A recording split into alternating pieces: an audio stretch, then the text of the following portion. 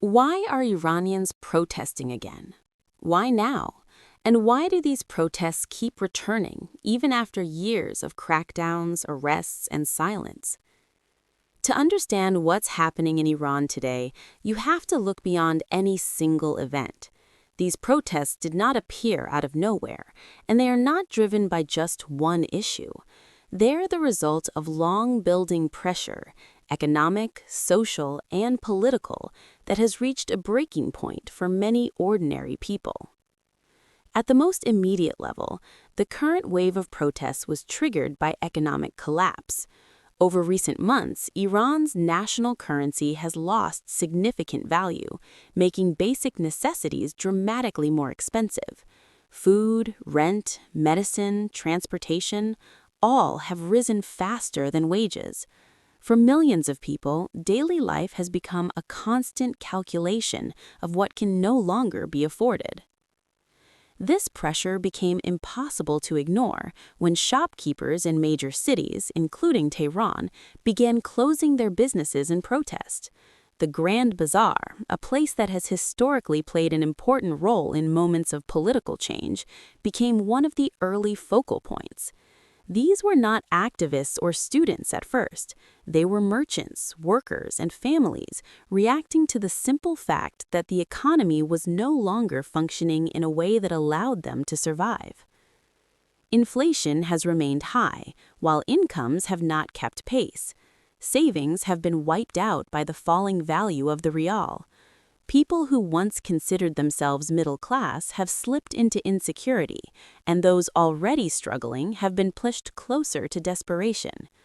This economic stress has been worsened by years of international sanctions, mismanagement, corruption, and the cost of regional conflicts that many Iranians feel bring them little benefit at home. But as has happened many times before in Iran, economic anger did not stay economic for long. As protests spread from marketplaces to streets and from one city to another, the language of the demonstrations began to change. What started as frustration over prices and currency quickly turned into broader expressions of discontent. People began voicing anger not only at economic conditions, but at the political system they believe has failed to address them. This shift is important. In Iran, protests often began around a specific grievance: fuel prices, water shortages, unpaid wages, or a tragic death, but they frequently evolve into something deeper. That is because many Iranians no longer see these problems as isolated mistakes. They see them as symptoms of a system that does not respond to public needs, does not allow meaningful accountability, and does not provide peaceful channels for change. The current protests reflect that pattern. Alongside demands for economic relief, demonstrators have criticized corruption, questioned leadership priorities, and expressed anger at how state resources are allocated. Some slogans and signs have directly challenged the legitimacy of those in power, something that carries serious risk in Iran. This is not the first time this has happened. Over the past 2 decades, Iran has experienced repeated waves of unrest. In 2009, protests followed a disputed election. In 2017 and 2019, economic protests erupted over rising prices and fuel costs. In 2022, nationwide demonstrations broke out after the death of Mahsa Amini while in morality police custody, bringing women's rights and personal freedoms to the center of public attention.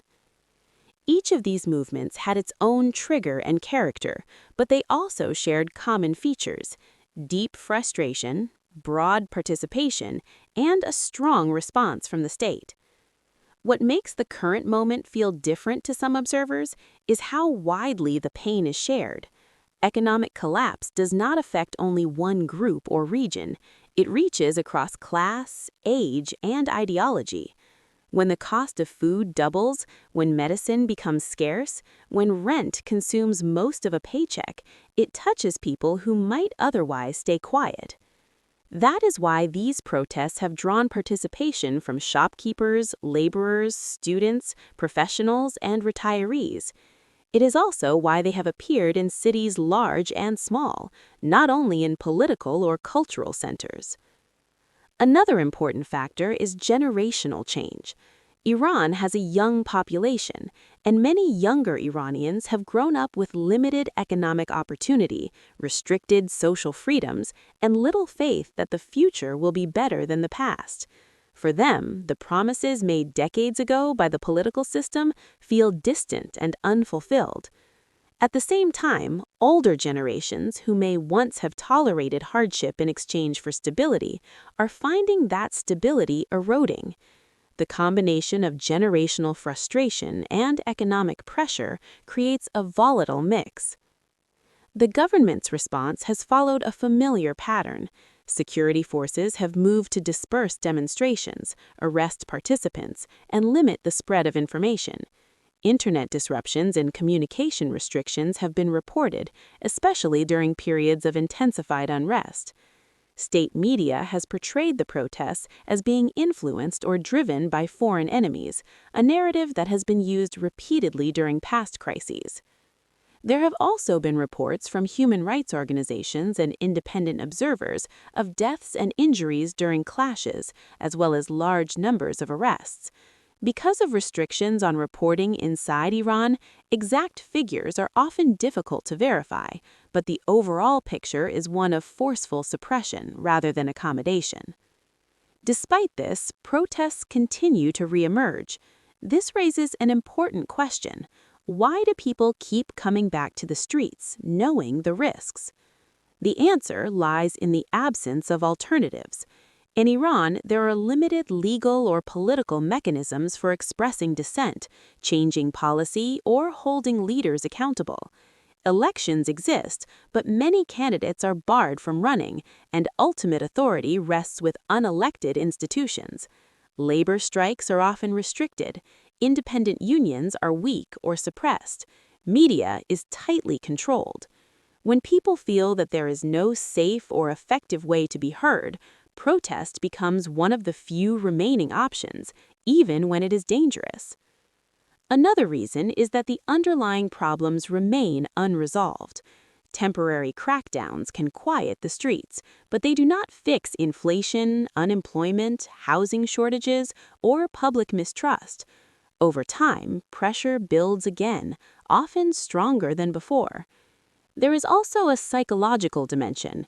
Each wave of protests leaves behind a memory, a sense that others share the same frustrations, that silence is not universal.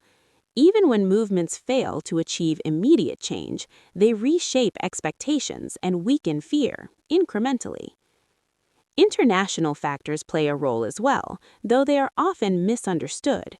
Sanctions have undoubtedly hurt Iran's economy, limiting access to global markets and reducing oil revenues. At the same time, many Iranians are critical of how their own government manages what resources remain. These two realities coexist. Protests are not simply about foreign pressure, nor are they only about internal policy. They emerge from the interaction of both. Outside Iran, reactions vary. Some governments express support for protesters' rights. Others focus on regional stability or diplomatic concerns. Iranian officials consistently reject external criticism, framing unrest as foreign interference. But for most people inside the country, the protests are not about geopolitics. They are about daily life, dignity, and the future. It is also important to understand what these protests are not. They are not a single unified movement with a clear leader or blueprint for what comes next. They do not represent all Iranians, and they do not guarantee political transformation. History shows that protest alone does not automatically produce change. What they do represent is a continuing crisis of legitimacy and trust. A growing number of people no longer believe that existing institutions can or will address their problems. That belief, once widespread, is difficult to reverse. Iran's history since 1979 revolution has been marked by cycles of mobilization and repression. Each cycle leaves scars on families, on communities, on the national psyche. And each cycle raises the same unresolved questions about power, accountability, and the relationship between the state and society. So why are Iranians protesting now? Because the economy is failing many of them, because the cost of living has outpaced hope, because long-standing grievances have accumulated without resolution, and because, despite fear and fatigue, people continue to demand a life with more security, fairness, and voice. Whether these protests will lead to meaningful change remains uncertain. What is clear is that they are not an isolated episode. They are part of a longer story, one that is still being written, and one whose outcome will shape Iran for years to come.